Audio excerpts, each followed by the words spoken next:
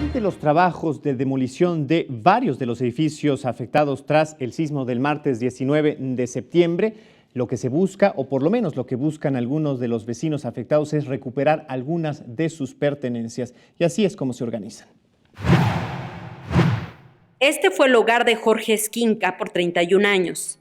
Compró el departamento 702 del edificio ubicado en Xola 32. Una vida ahorrando para lograr este sueño. Desde días pasados recibió la notificación que debía empacar sus pertenencias porque lo iban a derribar. Después del sismo del pasado 19 de septiembre, el edificio de 48 años de antigüedad se inclinó 18 grados hacia Xola, lo que representa un riesgo para el Metrobús y el Eje.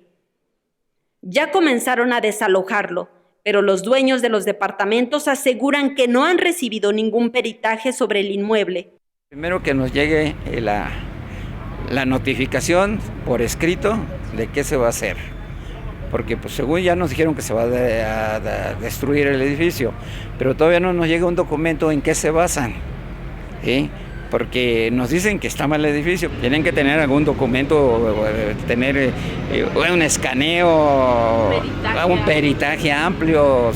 Desde muy temprano llegaron al lugar 2 grúas eléctricas con escaleras y una plataforma. En presencia de las autoridades correspondientes, comenzaron a vaciar los departamentos del último piso. El dueño del departamento entraba y, apoyado de un trabajador, subían los muebles y objetos a la plataforma para que la grúa los llevara a tierra. Claro, ese ha sido el temor de todos los vecinos. De hecho, desde que empezamos, desde el sismo, estuvimos subiendo varios días por pertenencias, ropa, cosas pequeñas. Ya lo único que hay se supone que son muebles grandes, ya emplayados.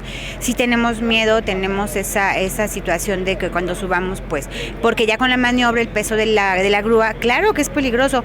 Se espera que en un lapso de 2 días concluya la evacuación de los 26 departamentos de los 7 niveles.